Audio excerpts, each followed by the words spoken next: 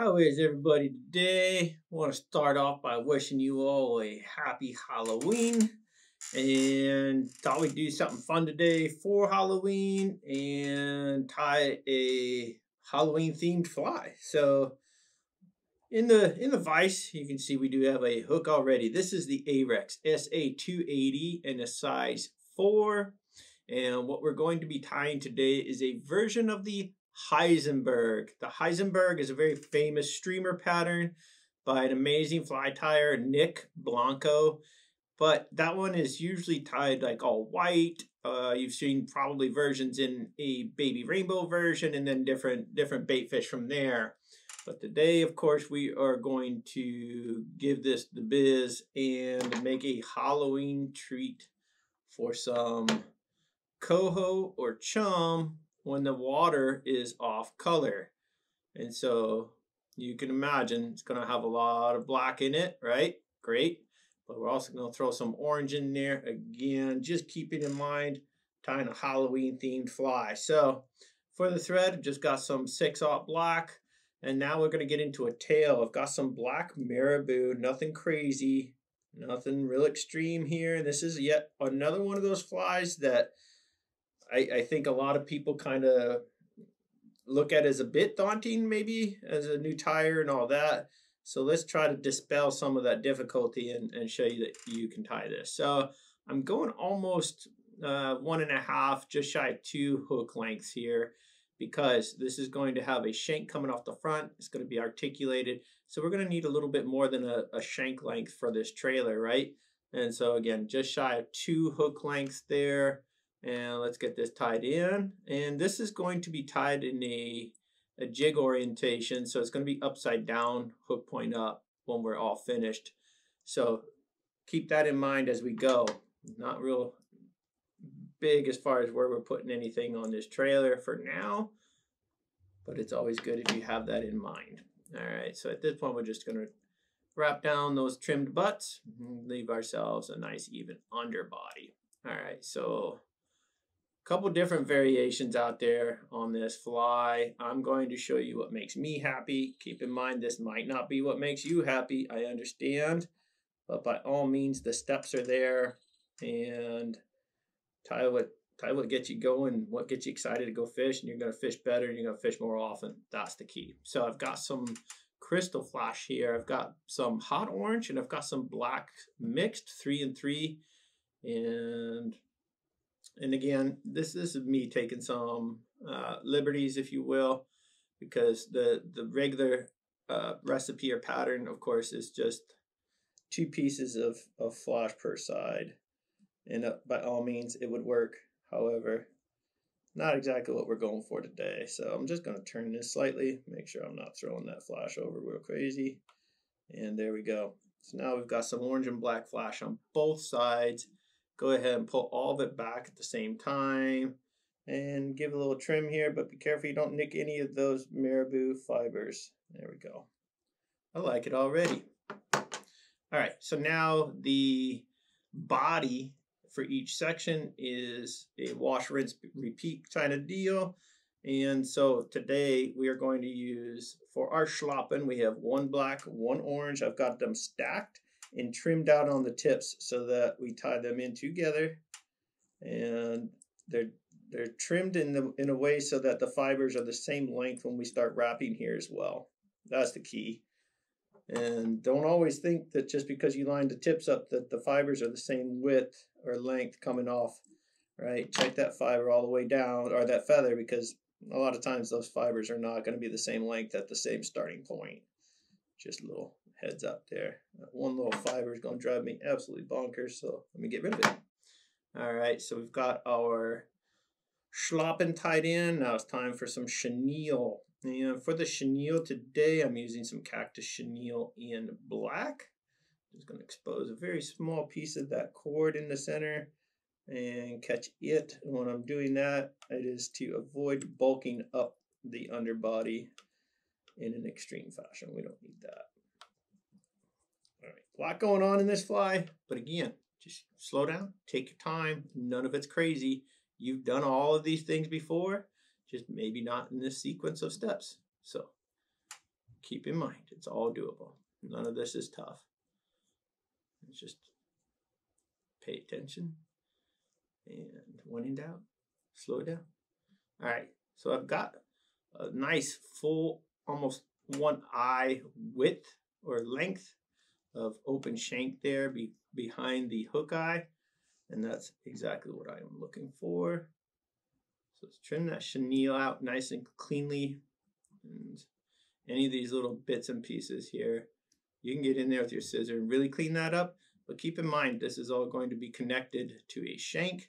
So is it completely necessary that it be perfect? Of course not, 100% not. Fish won't know. All right, so now we're gonna look roughly, 4 wraps here, and we don't want touching wraps. We do want evenly spaced wraps with gap in between here, and we're just letting those fibers release as we wrap. And again, wrapping all this at the same time, nothing crazy. And if it gives you any trouble, just slow it down a little. All right, so here we're coming to the right up to the end of it there, but I don't want to crowd that hook eye too much, so I'll just give myself a little bit more room.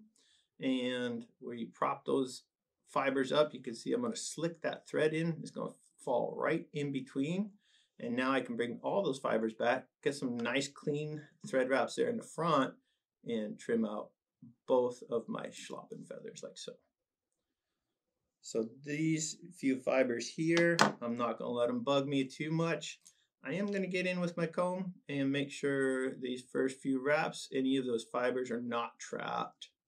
So we get this kind of flow, and let all the orange pop against that black where they are wrapped together, right? So a lot of contrast going on inside of this fly, and that's huge.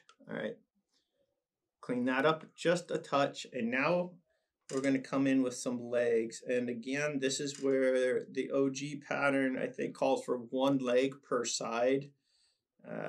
Can't do it. I'm going to use 2 legs. I love legs in the water. Again, I'm fishing this for specific fish that like movement and love rubber legs. So it's nothing against the pattern itself. It's just why wouldn't I tie it to work for what I'm trying to do, right? And you should too. All right, so now I've got another set of 2 legs. These are Grizzly Flutter legs, and this is orange barred black, or black barred orange, however you want to say it. And now I'm going to bring this on to your side and do the same thing. Let me just tilt this a little bit so I can see, and bring it onto your side. I just veiled all that over the thread, and so catch that with some thread wraps and solidify that down into that nice clean thread head or thread neck, so that our legs are coming off both sides, flowing to the back. If they stick out just past that Marabou, I'm okay with that. I'm going to call that good. Let's get some whip finishes going here. Just be mindful, a lot of rubber legs moving. Don't let it catch your whip finish tool. And if it does, well, again, the theme of today, I guess, is slow down. It's all going to be okay. And let's get a second one going here. And just be mindful of not clogging that hook eye. All right. Clean, clean, trim out. And it is time for some head cement. And today just got some hard head from Loon. And of course we are using clear. And I'm just going to cover these thread wraps very quickly. And then we're on to the shank, and we'll get that started as the cement finishes drying on this hook eye. Very important, make sure you cover all of that. This fly will get chewed up, and that's a good thing. But if you already know that going in, make it as strong as possible. All right. Pretty cool so far. You could go fish that, catch fish, but we're going to make it better. So now let me come in here with my whip finisher. And again, this is how this back portion is going to sit with the hook point up. So I will come in under the hook eye with my whip finish tool. I will simply grab through the hook eye there and then release that hook. And I know this is how it's got to come off to be attached, but it also lets it dry without me touching that cement with a tool. All right, so now we're back in biz. Let's get this shank in here. All right, so for this shank, I'm using a Swan Jig Shank, 20 millimeter, 60-degree angle on that jig portion there on the neck. And then for the bead, I've got a Spawn super slotted tungsten bead. And this is a 6.3 millimeter bead, lots of tungsten. And for some weighted wire wraps, I've got some 0.025. I'm just going to flip this over and get some of these wire wraps started. And once I've got, I don't know, what is that, 10, I'm going to scoot it back, get 2 more, and then I'll trim out that front portion. You'll see why I do it this way. This doesn't mean it's how you have to do it. It's how I do it. So I'm going to show you, and then you decide which way you like the best. All right, so now we've got our weight pushed forward, but what I'm looking for is where that arm comes down when I'm going to tie that down. I'll try to make it up so you can see. One more, and now when I push that arm down, it's got clearance, but it's also very close to where these weighted wire wraps will end. And so in the sake of keeping an even underbody, that's what I am looking for. There we go. And make sure that rear portion where you cut is rounded over.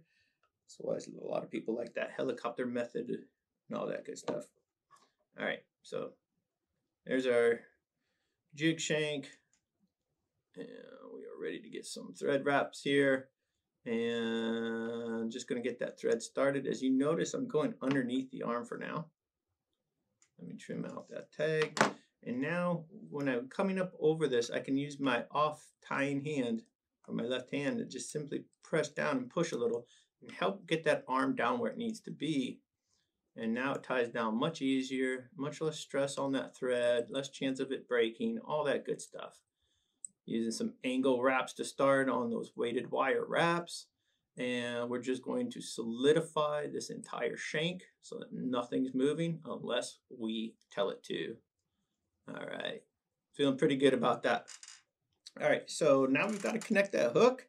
I've closed the shank arm. So how are we going to do it? Well, we're going to some spider wire. And this is, 50-pound spider wire. Any braid would work. Make sure it matches in strength to what you're trying to accomplish. All right, so you don't want something real wimpy if you're going out catching monster saltwater fish. All right, so there we've got that. I'm going to trim these ends a little. I'm going to wrap these all the way down though. And these are directly on the top of our shank. All right, so now keep in mind we have a closed end here at the end of that spider wire. And before I grab that hook and slip it on, I'm going to put some beads in there. Just another attractant, another trigger, another highlight, whatever you want to call it, glint of color. And so we've got 2 orange 3D beads from Hareline. And now, remember we've got that hook sitting here. I'm going to come under the hook eye like so. So that's going to all come down nice and neat. But we've got to get that end back through both of those beads. So take your time. I told you today's lesson would be patience. And I'm sticking with it so far. And there we go. Just make sure it doesn't twist or kink on you when you're pulling that wire back. And you won't have any issues. So I'm going to get it right there to where those beads almost touch the back end of that shank. Do you see what I'm talking about here? When that relaxes and rests, I want there to just be enough room for that to move and swing. I don't want it to just butt up against there and get stuck. That's kind of defeating the purpose of using an articulated fly. Then it's just a long fly. All right, keep that movement. That's good. All right. We're staying right on top of that shank. I'm going to give a second pass here. And then I'm going to get my thread in front of that spider. I'm going to come in with my scissor. And these are the very, very sharp Flysmith scissors from Brian Smith. Amazing, amazing fly tire. Great scissor. All right, so now all I've done is cut the closed end. I'm going to bring both pieces back alongside where we've been stacking that spider wire. Now I can come in and trim out both tags here. One, and make sure I'm not cutting anything good. Two. All right, nothing to it, right? We are connected, ready to finish this fly. So at this point, it's a lot of repeat, except for this part. Here, instead of, you know, slapping on a chunk of marabou or whatever, we've actually got a full feather, and it's prepped by trimming out the tip for a clean tie-in. I'm going to tie this in so that the top side or convex side of my feather is facing up, and then the concave or inside portion of that feather is facing the shank. And when I wrap, then it's going to expose the good side facing forward and out, and so that the fish get to see the good side and not the bad side. So on this, it's a little bit weird, but bear with me. I'm sure you've seen this before on other style flies, but here we go. So we're just going to start wrapping this bad boy. All right, making sure we're not trapping fibers, all that good stuff like any other palmering technique. Oh, hook still works. And we're going to wrap up, I don't know, a few lengths here, or a few wraps. There's 3 or 4, right? We're getting a lot of material, and that's great. That's what we want. Let's get one more good wrap there. A lot of coverage from this marabou. And let's turn it over. All right, I don't have to be super, super picky here at this point because we're just going to tie all this down. I know it seems odd, but it's a great way to get full coverage and also still be able to finish a fly up front. You know, so like there's a lot going on, but so we've tied it in. Great. What? Just a blob of marabou at this point. But as you see, I'm just going to pull it back like so. And we're going to wrap that back. And so now we have essentially an umbrella, and there's nothing we can do to make this collapse all the way, right? And why we like that is because now this fly will maintain profile. So just for sake of ease here, let's flip that back over for a second and get back to, again, how we started that other portion or rear portion of this fly. And so again, oh, one thing I almost forgot. I wish you guys would remind me about this. Let's throw in that matching flash again. 3 pieces of orange, 3 pieces of black. I'm trying to twist here to get it to mix a little. It doesn't want to, and that's okay. Make sure it stays on my side. Got a lot of fibers moving right now. That marabou's all over the place. That's a good thing. That's what it's supposed to do. But by all means, if you had a little bit of water next to you, you could tame all that down. All right. Got the flash tied in on your side and my side at this point. And so the flash on my side is pretty close to the proper length. Let me just trim your side and we'll call that good.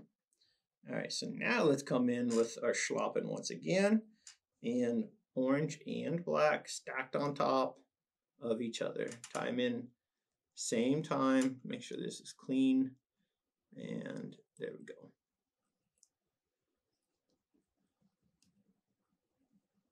Really tie those in nice and solidly. Just don't break the quills.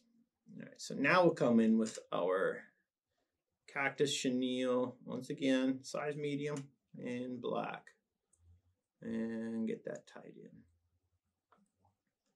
All we need to do here is leave a very little room in the front, much like we did on that hook in the back, except the room might be a little bit more crucial here in the front because we are going to make a dubbing loop and make a head that allows for a lot of water push kind of movement or activity and doesn't collapse. So keep that in mind. Oh, there's a busted thread.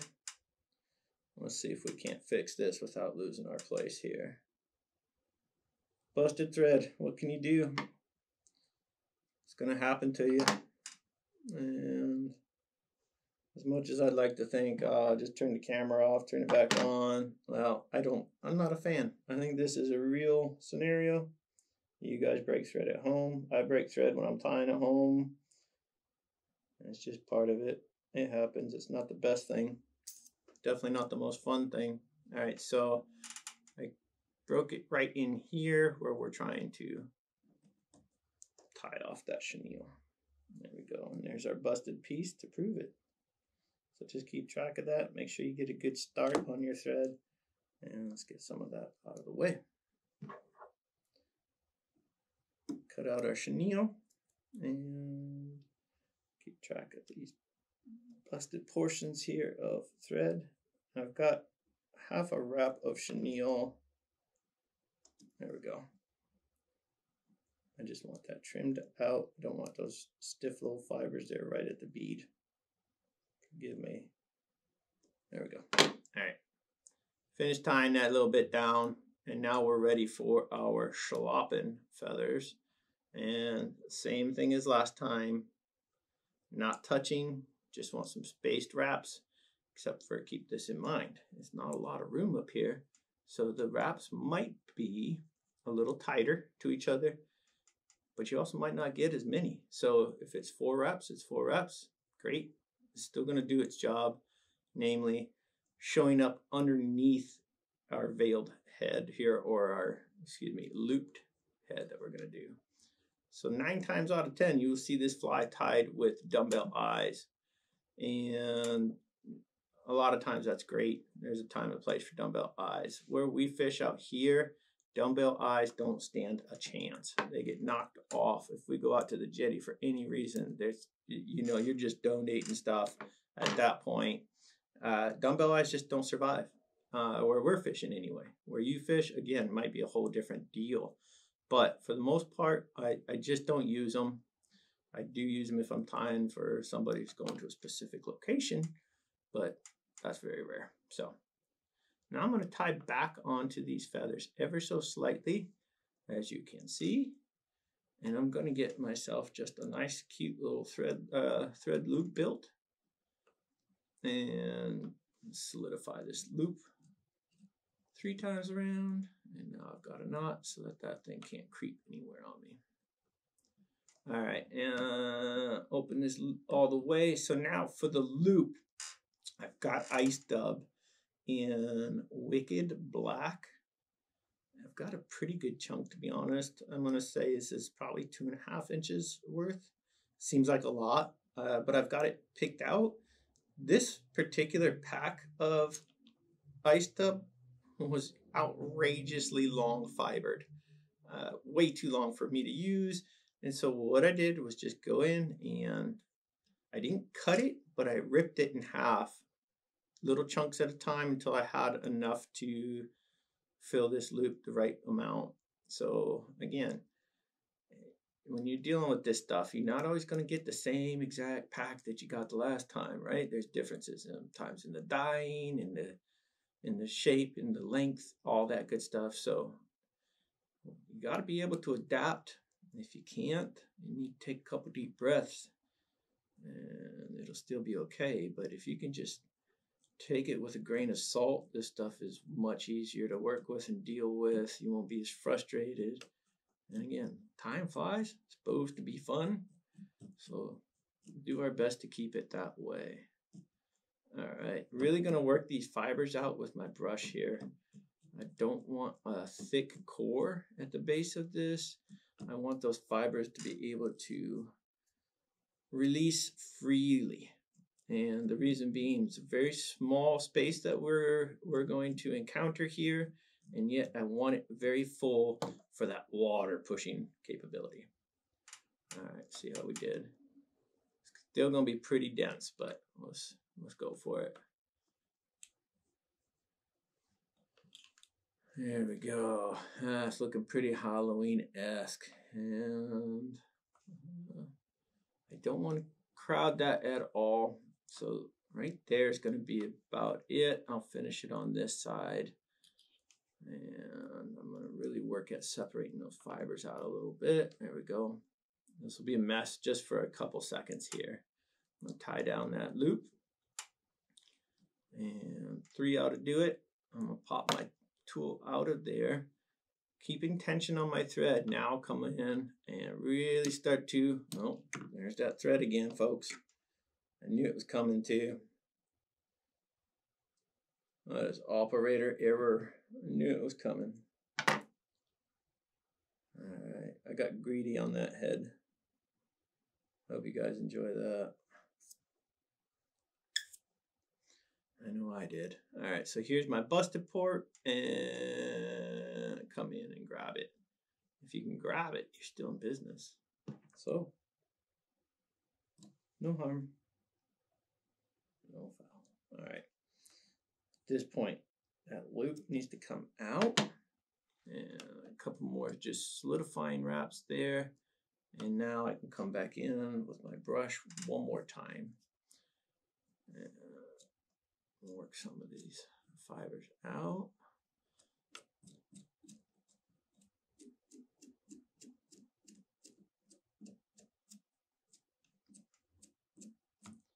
Anybody want to tell me what I forgot to put in here? If you said rubber legs, you are correct. Who thinks we could cheat that in here and still get them in? I think we could. Let's try it. All right, so if you're tying this at home, those rubber legs should have gone in after the Schlappen, before the head. But if you don't tell, I won't tell. See if we can't fake this. There we go. Right on that leading edge. And might just get by with it, folks. All right, so now I just need 2 legs on your side. We'll be good. Like so. I'll tilt it just so I can see that spot a little bit better. And voila. Worst case scenario, if you don't like seeing that little bit of orange show through there, you could dub a little of this ice dub on your thread and go ahead, by all means, get that. But I'm going to show you a little cute trick here. See how these legs are in the way? Well, I've still got my weighted wire, my lead-free weighted wire. But if I cut just a little piece of that and then bring all those legs back, what you can do is just simply use your non-lead wire or lead wire and make a couple wraps like this real quick. And now all those rubber legs are out of the way so that I can come in for a clean whip finish. How about that? There's one. Let's get another one in there. Actually might go 3 today just because of that broken thread. Make me sleep a little better. And there we go. And since we have those legs out of our way, let's go ahead and run some head cement over those thread wraps. Hope you guys are still with me here. I really appreciate your patience. Breaking thread is not the most exciting thing in the world, I understand. But time flies for Halloween, especially when you consider there are chum and coho all through the rivers right now. This is an exciting time to be thinking about fishing.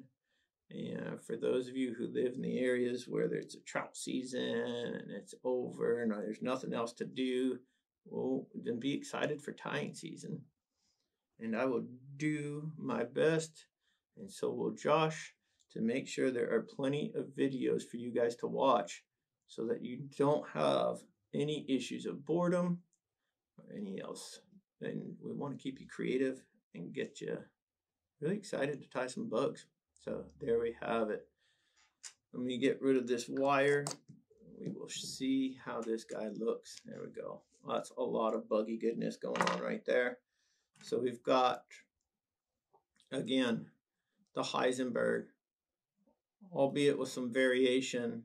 And this one is exactly ready for Halloween. So trick or treat to all you out there in YouTube land. Appreciate you watching. Appreciate you hanging out. If you had fun watching this video and you learned anything, please, by all means, hit the like, hit the subscribe button, and we will see you guys on the water.